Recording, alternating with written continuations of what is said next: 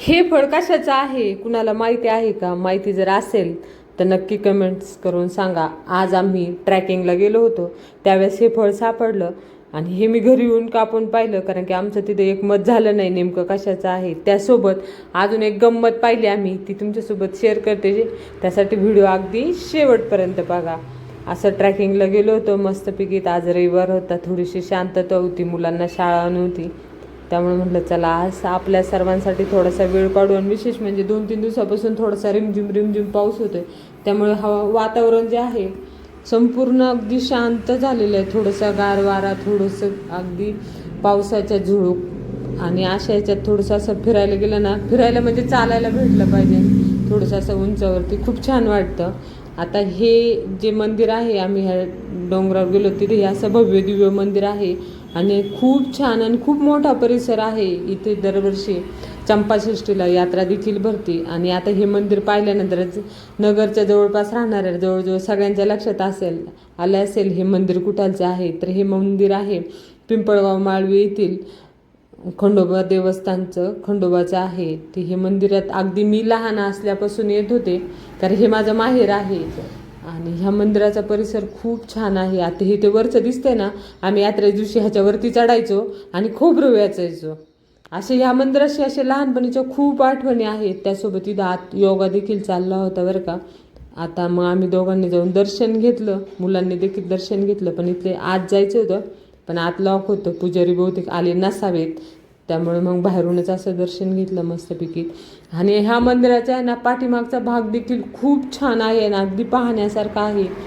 मग आता चांगला परिसर असेल तर आपल्याला फोटोंचा मोह कधीच आवरू शकत नाही, त्यामुळे बरेचसे असे फोटो काढून घेतले. त्यानंतर ह्या व्हिडिओमध्ये मला हे दाखवायचं होतं, इथं थोडेसे जे ढग आहेत ना हे खाली आले होते. मी ते कॅप्चर करायचा प्रयत्न केला, पण ते काय मला असं व्यवस्थित जमलं नाही असंच म्हणूया आपण, किंवा माझ्या मोबाईलच्या ह्याच्यामुळं. आणि असं आम्ही सहकुटुंब गेलो होतो, खूप मजा आली.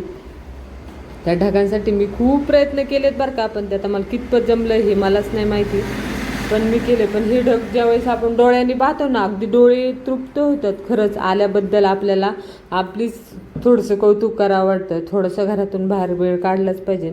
त्यासोबत ह्या मंदिराच्या बॅक साईडला ना मोरं पण आहेत बरं का.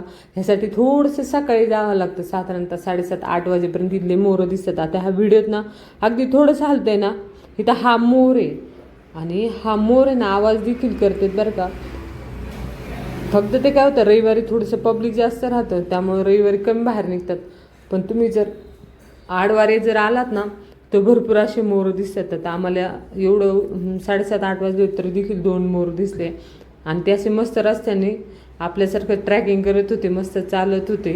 आणि खरंच छान वाटतं असं काही बघायला रोजच्या धकाधकीच्या जीवनात. त्यानंतर आमच्या घरातले एक पात्र आहे, त्यांनी ह्या दगडावर फोटो काढले. हे दगड आहे ना ह्या मंदिराच्या बॅक साईडला आहे. तुम्हाला जरी फोटो काढायचे असेल तर नक्की या. त्यासोबत मला तिथे एक पांढरं झाड दिसलं बरं का. त्या झाडाला संपूर्ण झाडाला फुलं होते, पांढरं शुभ्र झाड झालेलं होतं. पण हे कशाचं होतं हे काय मला शेवटपर्यंत ओळखूच नाही आलं बरं का.